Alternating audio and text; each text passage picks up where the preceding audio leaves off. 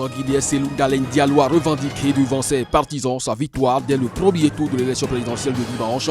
Les autorités qualifient de nulle cette proclamation.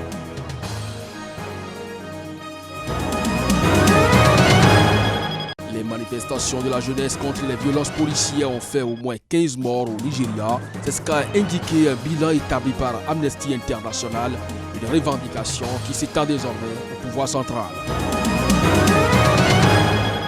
La Côte d'Ivoire a du mal à retrouver son calme à quelques jours de la présidentielle. Ce lundi, il y a eu heure entre forces de l'ordre et étudiants. Au moins une personne a été tuée.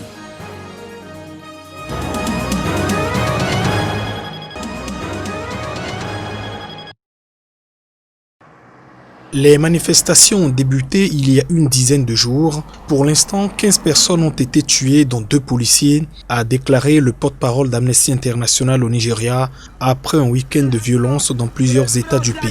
Des milliers de manifestants bloquaient lundi toutes les routes principales de Lagos, la mégalopole économique de 20 millions d'habitants, ont rapporté plusieurs témoins, totalement immobilisés dans des embouteillages. Dans la capitale de l'État d'Edo, située au sud, un État où le taux de criminalité est particulièrement élevé, des centaines de manifestants sont descendus dans les rues lundi matin et ont été confrontés à des groupes de jeunes armés de bâtons ou d'armes de poing, accusés d'être payés par des responsables politiques locaux. Nous regrettons les attaques sur les locaux de police par des personnes se présentant comme des manifestants, a indiqué la police nigérienne sur Twitter. Le gouverneur de l'État a annoncé la mise en place d'un couvre-feu de 24 heures à partir de lundi après-midi. De son côté, Amnesty International a regretté les attaques de bandes armées sur les manifestants à Abuja lundi matin, où des dizaines d'entre eux ont été blessés. La colère de la jeunesse contre les violences policières qui fait rage depuis plus d'une semaine dans le sud du pays s'est vite transformée en contestation populaire et des panneaux End-SAR en référence à une unité de police accusée de racket et d'arrestation illégale ont été remplacés par des drapeaux nigérians ou des appels à la démission du président Muhammadu Buhari. L'attaque vendredi de la base militaire de Jacana avec des mitrailleuses et des lance-grenades a été suivie d'une offensive d'intenses combats. Plusieurs soldats sont portés disparus et 4 camions chargés de mitrailleuses ont été dérobés lors de l'attaque. Jacana, à 25 km de Maiduguri, la capitale de l'état de Borno, épicentre de l'insurrection djihadiste au Nigeria, se situe à l'intersection d'une route stratégique pour les combattants de l'ISWAP, reliant leur camp dans la forêt de Beni Sheikh et leur repère de Bouni Yadi dans la région de Yobe. Le village et la base militaire qui est installée ont été la cible de nombreuses attaques du groupe issu d'une scission de Boko Haram. L'armée nigériane a entamé lundi une vaste opération de ratissage dans une zone comprenant Jacana. L'insurrection islamiste s'est développée dans le nord-est du Nigeria à partir de 2009, avant de se propager dans les pays voisins au Cameroun, au Niger et au Tchad. Depuis cette date, plus de 36 000 personnes, principalement au Nigeria, ont été tuées et 3 millions ont dû fuir leur domicile, selon l'Organisation des Nations Unies.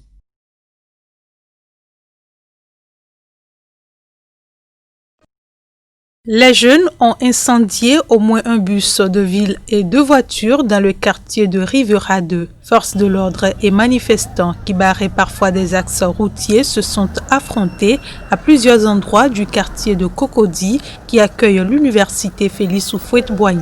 Officiellement, les leaders de la FESI, Fédération estudiantine et scolaire de Côte d'Ivoire, assurent que ce mouvement n'a rien de politique. Nous protestons contre les COGES, Comité de gestion des établissements scolaires, qui date d'il y a longtemps, a affirmé un membre de la FESI. Les COGES, Comité de gestion des établissements scolaires, réclament à chaque rentrée des cotisations aux étudiants et élèves pour gérer les bâtiments, matériels scolaires et dossiers. Ces sommes réclamées en plus des droits d'inscription peuvent varier entre 5 000 francs CFA dans des établissements scolaires, en brousse à 200 000 francs CFA dans des établissements publics et privés supérieurs. Des manifestations sur le même sujet avaient déjà eu lieu en 2018 notamment. Toutefois, celles-ci surviennent alors que l'opposition a appelé à la désobéissance civile et au boycott du processus électoral pour protester contre la candidature du président Alassane Ouattara à un troisième mandat controversé et demandé la réforme du Conseil constitutionnel et de la Commission électorale. La FESI, puissant syndicat proche de l'ex-président Laurent Gbagbo, est souvent à l'origine de manifestations parfois violentes.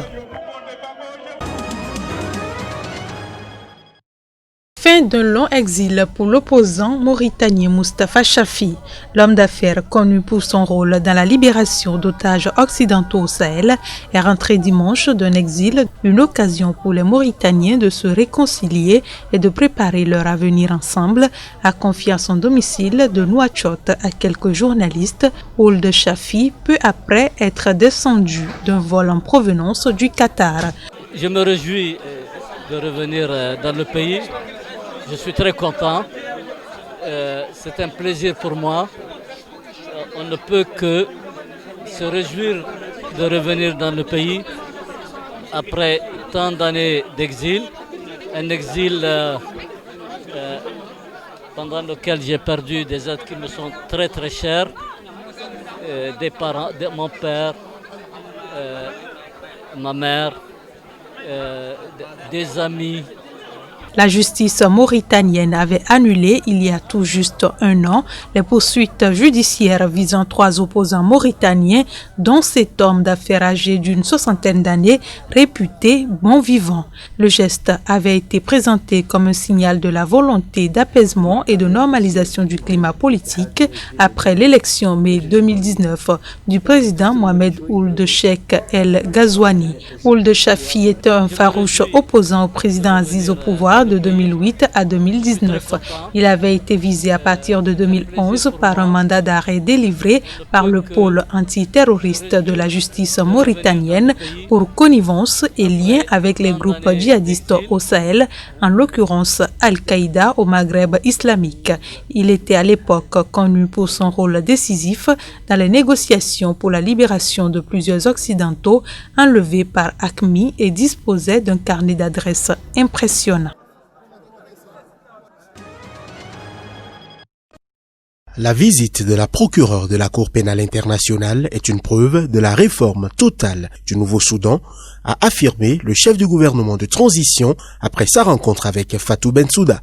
Cette dernière a confié à l'agence de presse soudanaise Souna que sa visite avait pour objectif, dans un premier temps, de discuter de la complémentarité du travail de la Cour et de l'appareil judiciaire soudanais sur le Darfour, et aussi de la coopération des autorités soudanaises dans la collecte d'informations sur Ali Abdel Rahman Kocheib, chef de milice et un des collaborateurs de l'ex-président Omar El-Béchir, recherché par la CPI pour crimes contre l'humanité et génocide au Darfour. Après 13 ans de fuite, Kocheib s'est rendu début juin à la CPI qu'il a officiellement inculpé le 15 juin de 53 chefs de crimes de guerre et contre l'humanité commis au Darfour entre 2003 et 2004, dont meurtre, viol, pillage et torture. Le gouvernement de transition s'était engagé verbalement en février à favoriser la comparution d'Omar El-Béchir devant la CPI à une date indéterminée. Reconnu coupable de corruption en décembre 2019,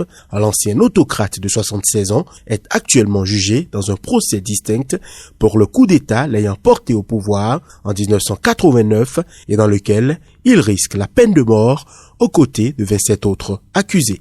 La procureure de la CPI, dont la visite au Soudan se termine le 21 octobre, a également rencontré samedi le garde des Sceaux soudanais Nasr Eldin Abdel Bari. Fatou Bensouda s'est aussi entretenu avec un membre du Conseil souverain de transition.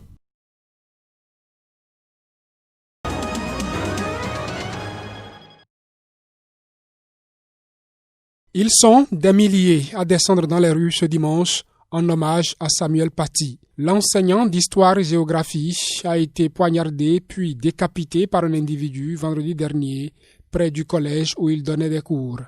Son tort, c'est d'avoir montré des caricatures de Mahomet pendant un de ses cours. Sylla Sagnan, qui a revendiqué le meurtre dans un message, dit avoir assassiné Samuel Paty au nom de la défense de l'islam. Pour les Français, c'est un attentat à la liberté d'expression. Sur différentes pancartes qu'il portait dans les rues de France, les manifestants l'ont dénoncé à Paris comme dans plusieurs villes du pays.